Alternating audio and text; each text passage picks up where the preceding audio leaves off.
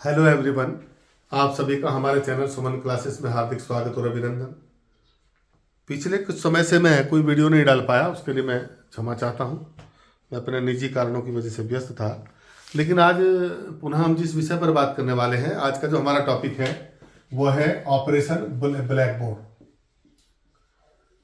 क्या है ये ऑपरेशन ब्लैक बोर्ड, इसको हम समझेंगे।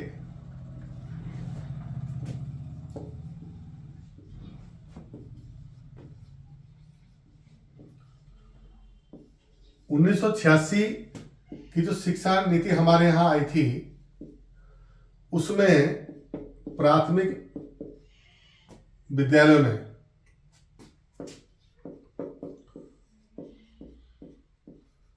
शिक्षा नीति यानी राष्ट्रीय शिक्षा नीति 1986 में प्राथमिक विद्यालयों की स्थिति सुधारने के लिए, उसमें भौतिक सुविधाएं उपलब्ध कराने के लिए और उनके पठन पाठन को ठीक करने के लिए और प्राथमिक विद्यालयों के स्तर को ऊंचा उठाने के लिए, इन सभी चीजों को ध्यान में रखते हुए इस मिशन को चलाया गया, जिसको हम कहते हैं operation black board. Operation black board, इसका सीधा सा मतलब जो है, ब्लैक बोर्ड का मतलब है भौतिक सुविधाएं उपलब्ध कराना। भौतिक सुविधाएं क्या हुआ इसमें? भौतिक सुविधाओं में क्या क्या आता है? अगर भौतिक सुविधाओं की बात करें तो एक बिल्डिंग होती है, भौतिक में कमरे होने चाहिए, विद्यालय में लैट्रिन बाथरूम होना चाहिए, पानी की टंकी होनी चाहिए, अलग अलग बालक बालिकाओं के लिए शौचालय होने चाहिए और ग्राउंड होना चाहिए। 24 वर्ग फीट के अलग अलग 2 कमरे होने चाहिए। ये सारी चीजें जो भौतिक सुविधाएं हैं, जहां बच्चा पढ़ेगा जाकर के, उसको भौतिक सुविधाओं का अभाव ना हो, यानी बैठने की जगह में उसको दिक्कत ना हो, उसके लिए बैठने के लिए दरी हो, फर्नीचर हो, कमरे हो 2 अलग अलग, इन सारी चीजों पर हम चर्चा करेंगे बिंदुवार। तो ये जो भौतिक सुविधाओं की बात इसमें की गई थी, 2 बातें इसमें थी। नंबर 1 तो ये था कि प्राथमिक विद्यालयों में 2 कमरे अलग अलग, यानी 24 वर्ग मीटर के हों, साथ में इसके आंगन जुड़ा हो, यानी ग्राउंड होना चाहिए, साथ में आंगन हो। एक बात ये थी। तीसरी बात थी बालक बालिकाओं के लिए, बालक बालिकाओं के लिए अलग अलग शौचालय हो, अलग अलग शौचालय हो।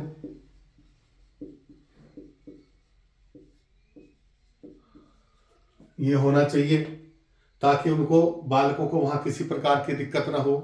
बैठने के लिए इनके लिए लगभग प्राथमिक विद्यालय में कम से कम 10 दरी होनी चाहिए, दरियां हो, 10 दरियां हो, ये इसमें कहा गया। और इसमें जो दूसरी बात कही गई वो ये कि जो प्राथमिक विद्यालय है, जहां आपका ये भवन बना है, इस भवन के चारों तरफ दीवार हो, यानी बाउंड्री वाल हो, चारों ओर दीवार हो। ये दीवार प्राथमिक विद्यालय की जो बिल्डिंग है उसके, स्कूल के चारों ओर, मतलब किसके चारों ओर? स्कूल के चारों ओर बाउंड्री हो, ये इसमें कहा गया। हर कक्षा के लिए, ये जो भौतिक सुविधाओं में आता है, हर कक्षा के लिए, माने कमरों में अलग अलग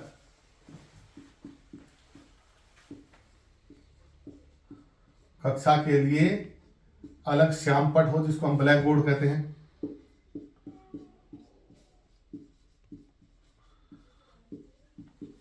श्यामपट हो, चौक हो, लिखने के लिए चौक की व्यवस्था हो, ये इसमें कहा गया है। पानी की बात भी कही गई, पानी की टंकी हो। और भौतिक साधनों में एक जो महत्वपूर्ण है, टाइम टेबल को फॉलो करने के लिए एक घंटी भी होनी चाहिए, एक घंटी हो, ये भी भौतिक साधनों के अंतर्गत आता है हमारा। और 10 दरियों की मैं बात कर चुका हूं, दरिया बैठने के लिए होनी चाहिए, शौचालय होना चाहिए। ये तो जो बात कही हमने भौतिक सुविधाओं की, 1986 की जो शिक्षा नीति आई थी राष्ट्रीय, उसमें कहा गया कि प्राथमिक विद्यालयों को सुधारने के लिए, उनकी स्थिति को बनाने के लिए, बेहतर बनाने के लिए सबसे जो पहली जरूरत है वो भौतिक है। वो है कि पहले कमरे होने चाहिए अलग अलग 24 वर्ग मीटर के 2, और साथ में आंगन होना चाहिए। बालक बालिकाओं के लिए अलग अलग शौचालय हो, दरिया होनी चाहिए बैठने के लिए, चारों ओर स्कूल के दीवार होनी चाहिए, बाउंड्री वाल, ताकि बच्चे अनुशासन में रह सके। अलग अलग कक्षाओं के लिए अलग अलग श्यामपट हो, चौक की व्यवस्था हो, और एक घंटी हो टाइम टेबल फॉलो करने के लिए, जिससे अनुशासन बना रहे। ये तो बात आई भौतिक सुविधाओं की। इसके अलावा जो 1986 की जो शिक्षा नीति थी, उसके तहत जो ये ऑपरेशन ब्लैक बोर्ड चलाया गया, उसमें नंबर 1 तो भौतिक सुविधाओं की बात की गई, और नंबर 2 पे की गई बात शिक्षण सामग्री की या अधिगम सामग्री की। दूसरी जो बात की गई थी, इसे हम अधिगम सामग्री भी कह सकते हैं, अधिगम सामग्री। अधिगम सामग्री का यहां पर जो मतलब है वो उन साधनों से है, उन सामग्री से है जो सीखने में सपोर्ट करें। इसे हम शिक्षण सामग्री भी कह सकते हैं, टीचिंग एड्स भी कह सकते हैं, कि जो पढ़ाने के लिए मदद करें, बच्चों को पढ़ने के लिए मदद करें और टीचर को पढ़ाने के लिए मदद करें। तो ये शिक्षण सामग्री की बात हम कर लेते हैं। तो इसको मैं मिटा रहा हूं, थोड़ा सा स्क्रीनशॉट लेना चाहे तो ले, मैं फिर दूसरे नंबर पे बात करूंगा अधिगम सामग्री। थोड़ा स्क्रीनशॉट ले लीजिए। तो ये आपने स्क्रीनशॉट ले लिया होगा। और जैसे इसमें घंटी के साथ साथ एक चीज, सॉरी मैं भूल गया, एक चीज और महत्वपूर्ण इसमें रह गई, प्रकाश की व्यवस्था। यानी 9 नंबर पर आप लिखते हैं प्रकाश की व्यवस्था, लाइट की व्यवस्था भी इसमें शामिल था। ये भी बहुत जरूरी, ये भी भौतिक सुविधाओं में था, प्रकाश की व्यवस्था होनी चाहिए। ठीक है, अब दूसरी हम जो बात करने वाले हैं वो बात कर रहे हैं अधिगम सामग्री या अध्ययन सामग्री की। उसमें क्या क्या कहा गया? इसमें भौतिक सुविधाओं के अलावा दूसरी बात जो कही गई थी, अध्ययन सामग्री उपलब्ध कराना, यानी स्कूल में अध्ययन सामग्री उपलब्ध कराना, जैसे किताबें, पुस्तकें, पत्रिकाएं, और इसी को हम अधिगम उपकरण भी कहते हैं। अधिगम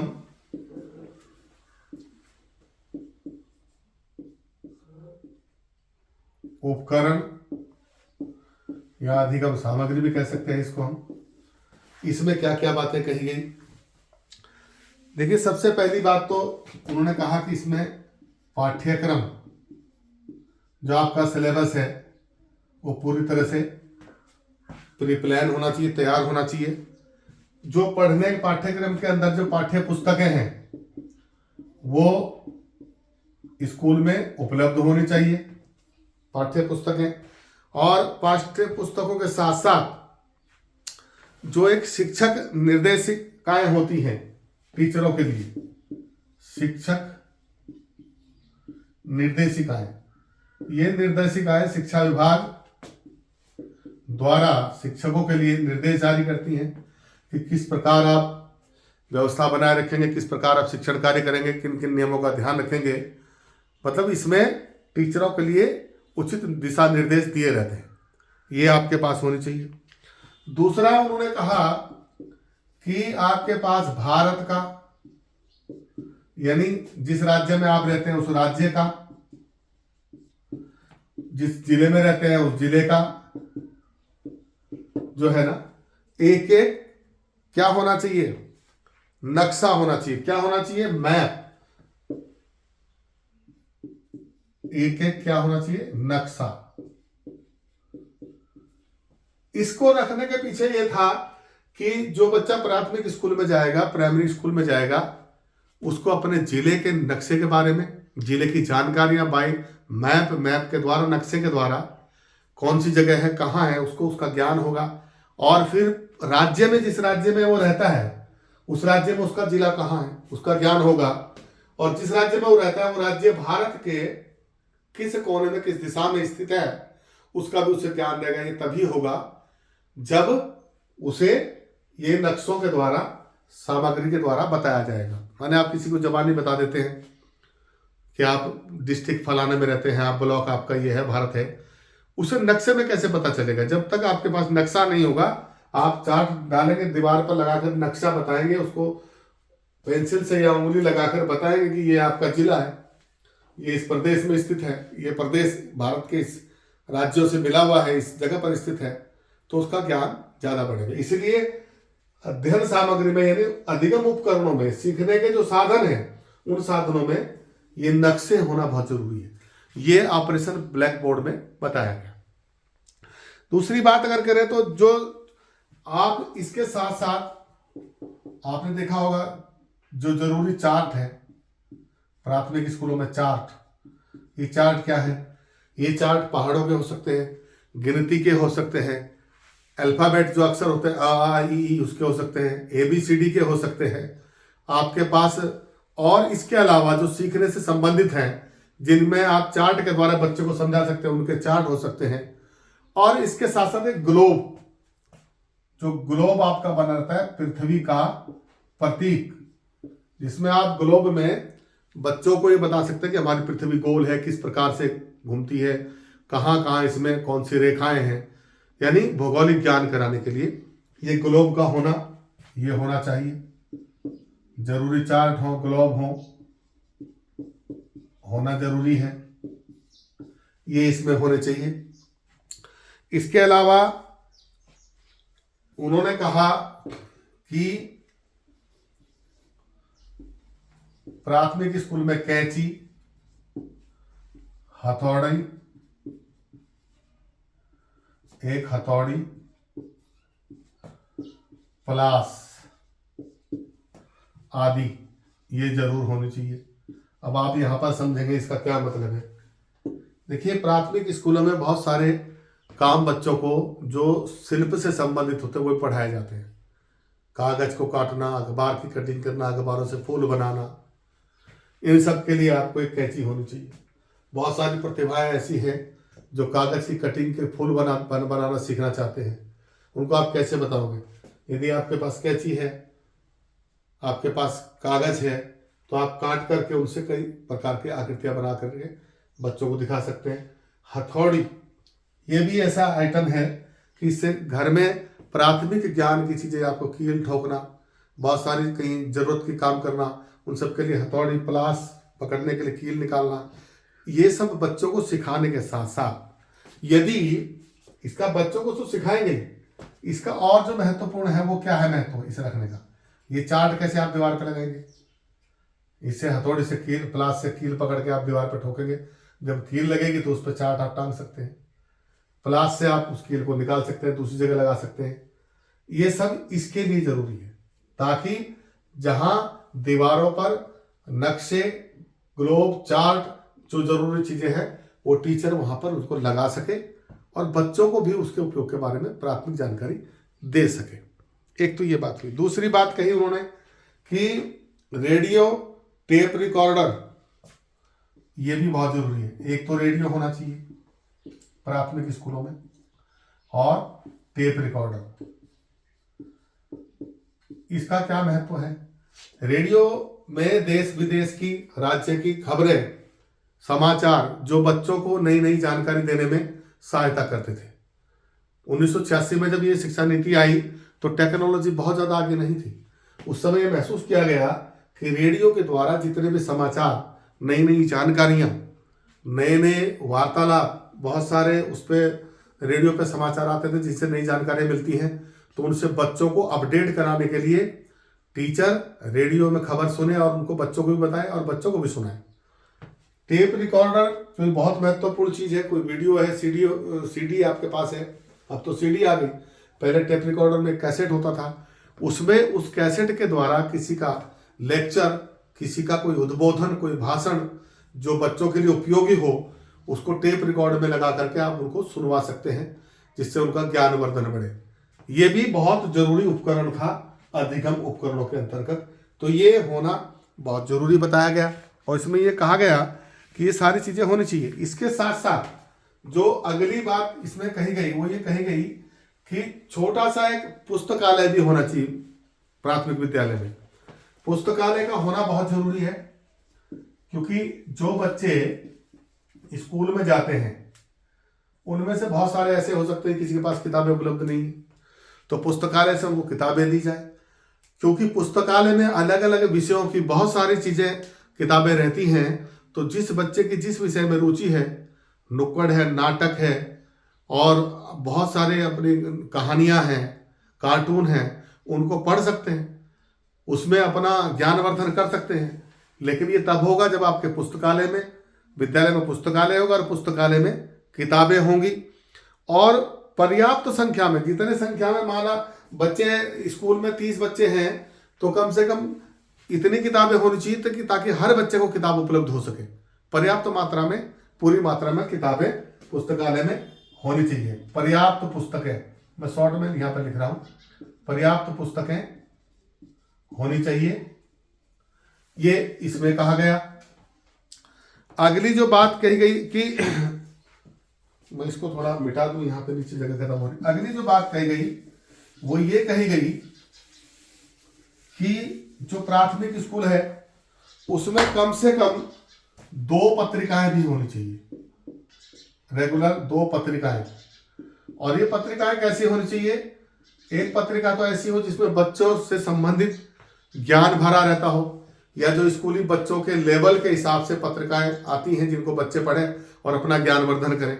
और एक पत्रिका ऐसी होनी चाहिए जो टीचरों के लिए टीचर पढ़े, जिससे टीचरों का जो है नवाचार, नई नई टेक्नोलॉजी, नए नए ज्ञान से उनका ज्ञान बढ़े, जो पत्रिकाओं के माध्यम से हो। तो ये 2 पत्रिकाएं भी नियमित रूप से महाविद्यालय में लगाई जानी चाहिए, ये इन्होंने कहा। अगली बात इन्होंने कही कि विज्ञान की किट एक बहुत जरूरी होनी चाहिए। विज्ञान का किट, विज्ञान किट का मतलब है कि आपका जो विज्ञान के जो प्रैक्टिकल है उनमें जो बहुत जरूरी उपकरण होते हैं उसका एक किट आपके पास होना चाहिए, ताकि पढ़ाते समय अगर उसकी जरूरत पड़े तो बच्चों को प्रैक्टिकली, भौतिक रूप से किट के द्वारा प्रैक्टिकल कराया जा सके, उनको उसका ज्ञान दिया जा सके।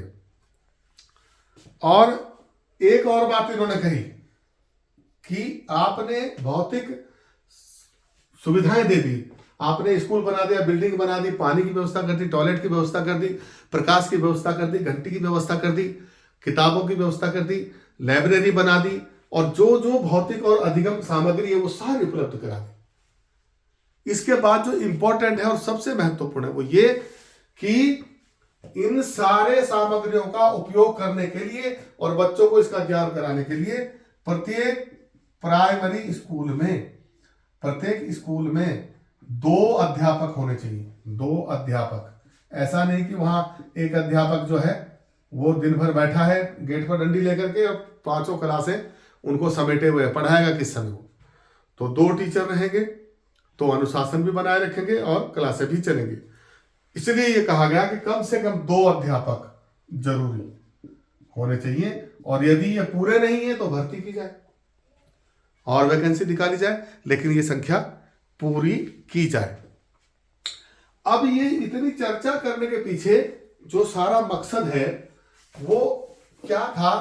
जब 1986 की राष्ट्रीय शिक्षा नीति देश में आई और प्राथमिक शिक्षा की स्थिति का अवलोकन किया गया, तो उसमें जो विद्वानों ने अपने सुझाव दिए कि भाई इसको कैसे सुधारा जाए, तो ये जितनी बातें मैंने चर्चा की अभी, ये सारी कमियां नजर आई, और इन कमियों को दूर करने के लिए 1986 की नीति में सुझाव दिया गया कि सारे स्ट्रक्चर को बदल करके भौतिक सुविधाएं उपलब्ध करवाई जाएंगी और पुस्तकालय और अधिगम सामग्रियां सब उपलब्ध कराई जाएंगी, और आपके जितने भी उपकरण हैं पढ़ाई से संबंधित उनको किया जाएगा। अब पहला प्रश्न ये था कि ये क्यों किया जाए, क्या जरूरत है इसको करने की? जरूरत इसलिए थी कि प्राथमिक स्कूलों का जो स्तर था, एक तो स्तर गिर रहा था, है ना, इसे सुधारने के लिए प्राथमिक स्तर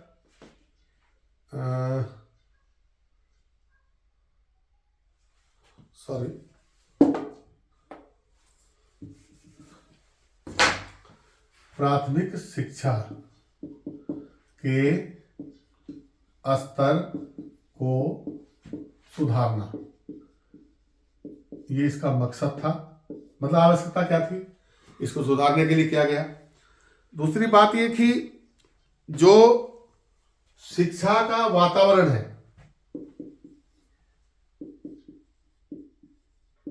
शिक्षा का वातावरण तैयार करना मतलब ऐसा माहौल बनाना कि जिससे शिक्षा की प्रगति हो सके। वातावरण तैयार करना माने आप स्कूल अच्छा है, आपका बिल्डिंग अच्छी है, टीचर है, फैसिलिटीज है, तो जो बच्चा वहां जाएगा उसका मन एकदम वहां लगेगा कि हाँ यार मैं कहीं आया हूं, यहाँ सब कुछ सुविधा है, पढ़ने का मन करेगा। लेकिन यदि बच्चा स्कूल में जाता है, बैठने की दरी नहीं है, टॉयलेट के लिए शौचालय नहीं है, पीने के लिए पानी की टंकी नहीं है, अंधेरा है, कमरे में लाइट नहीं है, तो वो वहां जाकर के एक ऐसे वातावरण को महसूस करेगा, वो कहेगा यहाँ पढ़ना क्या, यहाँ तो इससे अच्छा तो मैं घर ही। तो पहले शिक्षा का वातावरण तैयार करने के लिए ये सारी भौतिक सुविधाएं उपलब्ध कराने की इसमें बात कही गई। और दूसरी जो महत्वपूर्ण बात है वो है अपव्यय और अवरोधन को कम करने के लिए।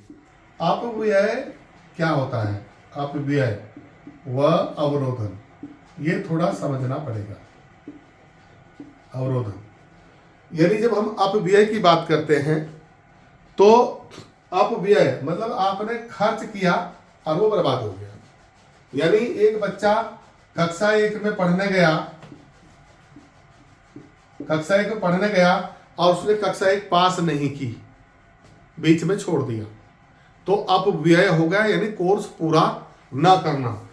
अपव्यय, इसका अपव्यय को हम कहते हैं कोर्स पूरा ना करना। एक तो ये बात हुई। और अवरोधन का मतलब किसी एक छात्र का एक ही क्लास में बार बार फेल होना या एक से अधिक बार फेल होना, वो यानी उसकी पढ़ाई में बैरियर आ रहा है, बाधा आ रही है, अवरोध पैदा हो रहा है। तो इस अवरोध और अपव्यय को खत्म करने के लिए 1986 की जो शिक्षा नीति थी उसमें ऑपरेशन ब्लैक बोर्ड चलाया गया और ये कहा गया कि ये पूरी सुविधाएं स्कूलों में दी जाए ताकि ये सारी चीजें कम हो सके। और दूसरा जो इसका मकसद था वो अंतिम, और वो ये था अपव्यय व अवरोधन को कम करना। और अंतिम जो था वो ये था शिक्षा को यानी प्राथमिक शिक्षा को सार्वभौमिक बनाना। सार्वभौमिक यानी यूनिवर्सल करना, यानी सभी के लिए उपलब्ध करवाना।